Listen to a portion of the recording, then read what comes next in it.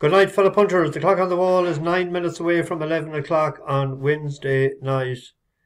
I'm in Galway City, the city of the tribesmen, the city of herring chokers, the city that the making of custard is but a memory.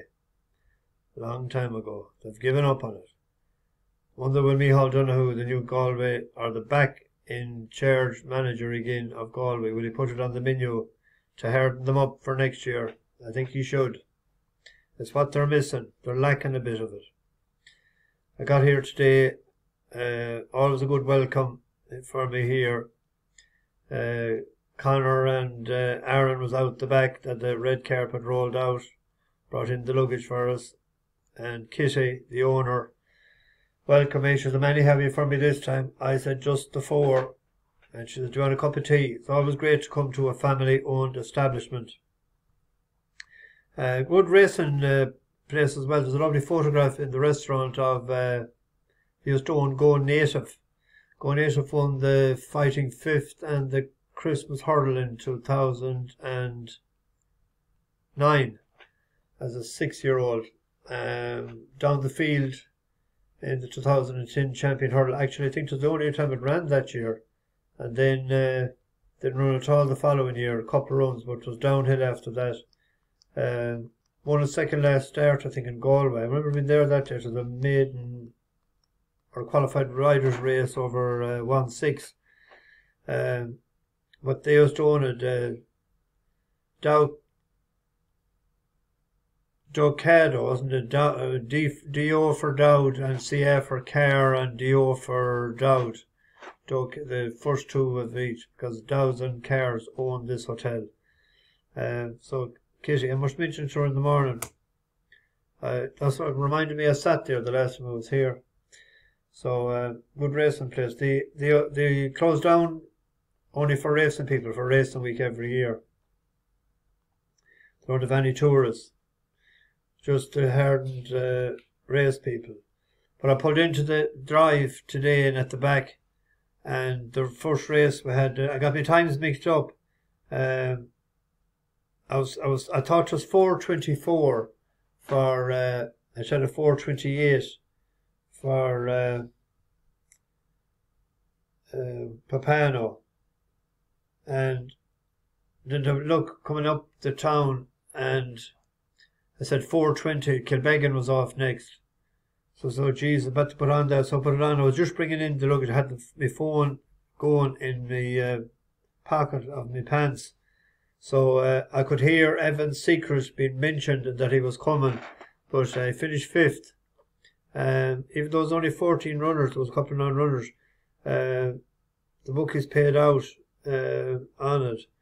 And then I said, sure, it must be 4:42. So I don't know who was chatting me for a minute, and I said I'll go out and watch the race at 4:42. And the next thing I got a couple of cha-chings. There was a couple of books on it, so I just went in then to get into my account to watch it on the phone, the replay on the green bookies. So I seen a chunk of money, so I said must have won. So I watched it then. Our bus horse, Crowley fell asleep on it, sort of. Good for us. It was rallying, but it probably, he had enough in the tank anyway. Rated 90. Be interested to see what to do with him next. But a nice winner and a place. So we won a few pound anyway. And if we're winning a few pound, we're not losing a few pound. Shout out to Mark and Betty, newcomers on the bus. They were in the back row. I noticed them last night, cuddling up to each other. Great sign, heading for the races. We don't mind the cuddle up on the bus. You can be, as long as you behave. Today we left Killarney, and we had sort of planned that we'd feed the ducks at Ross Castle and then head on to the Cliffs of Moher via Tarbert, the ferry. But when I was down for my breakfast at quarter to 10 to 8. They came in at 8 o'clock and they says, we're not going feeding the ducks. And I said, all right. We want to get to Galway as quick as we can. But little did they know that was sort of on the way, and we had time because we were aiming for the 10:30 ferry. But because we got on the road at 10 to 9, I was shooting for the 10 o'clock. But she wanted, one of the women wanted the toilet going through Listowel, so I put in at a petrol station. So I knew if we were any longer than, we would have made the 10 o'clock. But if we were any longer than 3 or 4, maybe 5 minutes, we wouldn't. But it was 10 minutes before she came out, and she said she got sick. She vomited for the first time in her life. And I just thought to myself, that mightn't have happened if we fed the ducks. But it would have, obviously. But that was the first thing that came to mind. So we got to Tarbert, and the ferry was just pulling out, and it was 12 minutes past 10, so no doubt would have made it. We didn't mind anyway. We went for a walk. We got to 10:30. Even though that one was late going over, the other one was back within 15 minutes. And we got to the Cliffs of Moher, and then they were starving. They were only half an hour, for the shortest tour, shortest stop ever ahead at the Cliffs of Moher. It was too windy. They said they were afraid to get blown over, and they were starving then. And I said, "You hungry?" She said, "Of course I'm hungry. Didn't I throw up my breakfast?" So I'm back to McHugh's and the scanner, and the horse into burgers and everything. And then we headed for Galway. So that a heap of stuff. I asked them then this evening, do they want me to go down to and tour the town with them? So they said they'd figure it out themselves, that they wanted to have dinner in the Quays. So I said, music in the Quays, dinner elsewhere. So I haven't seen them since. So we're heading in the morning. We're going at 8:45. We have to go back an hour and a half at least, an hour and maybe a little bit longer, back to Doolin. We're going for Inishmore in the Aran Islands. Be way quicker from here, but one of them might get seasick or taking precautions. So I don't know what I'll do for the hours that I'll be waiting there. If they were in Galway, I have several things to do. But I'll probably catch up on a bit of study for the next few days. Might be no harm. They're going to prom, or try on the prom tomorrow night at 8:30. So we'll have to be back and get a bit of dinner into them before they go there.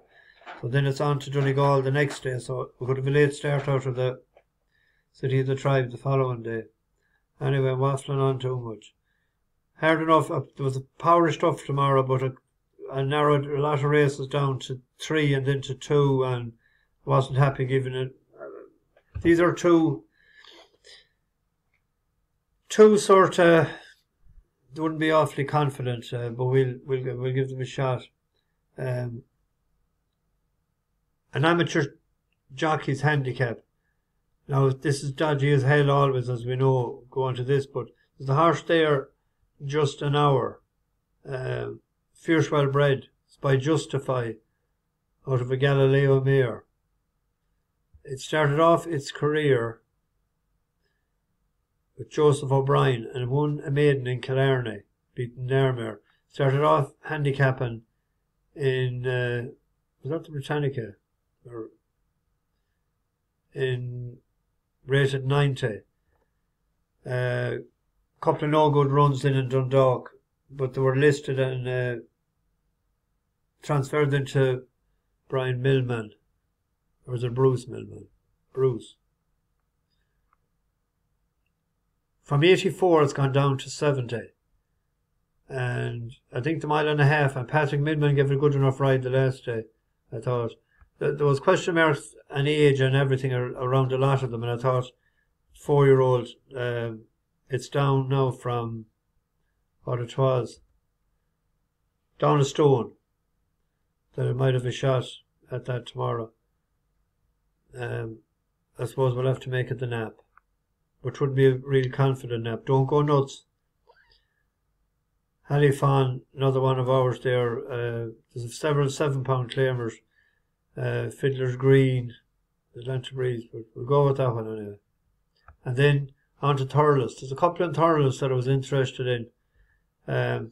Jenny Macaroni just was nutted the last day, but the day I was talking to Frank Berry, he said good ground on a flat track suited it.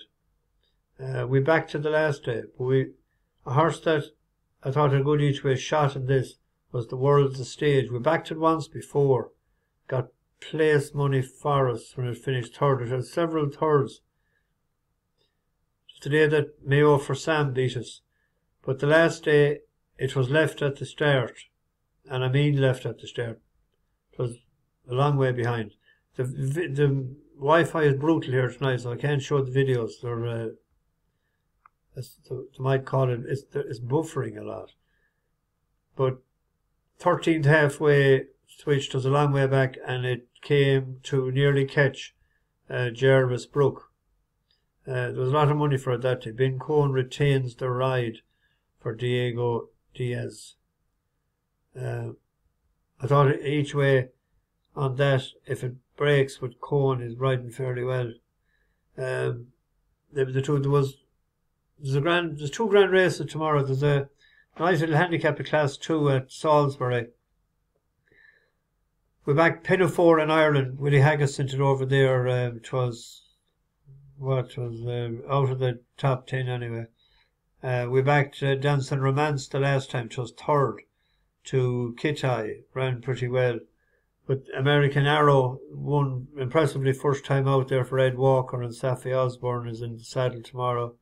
Then it was up in a listed race. It's too tricky to, and you might have the best horse, but you could be desperate unlucky. So I'm giving it a skip, and that's what delayed me because I was watching a heap of videos. Similarly here, we have a horse that we back before, finished second for us, Whisper. But Ella Dunn is no slouch, and Nahi, there was a lot of money for the last year when it won for Johnny G. So I left that sort of alone as well. Just had a tough one to call. Like Whisper, that was behind Alan Oud in Ascot there a couple of runs back. Might be in each wish, but there's only 3 places. Chin declare. Anyway. Get this into the oven anyway, and I might just tip downstairs and have one quick one. I just won't the others after 11 now. Bash the bookies, over and out.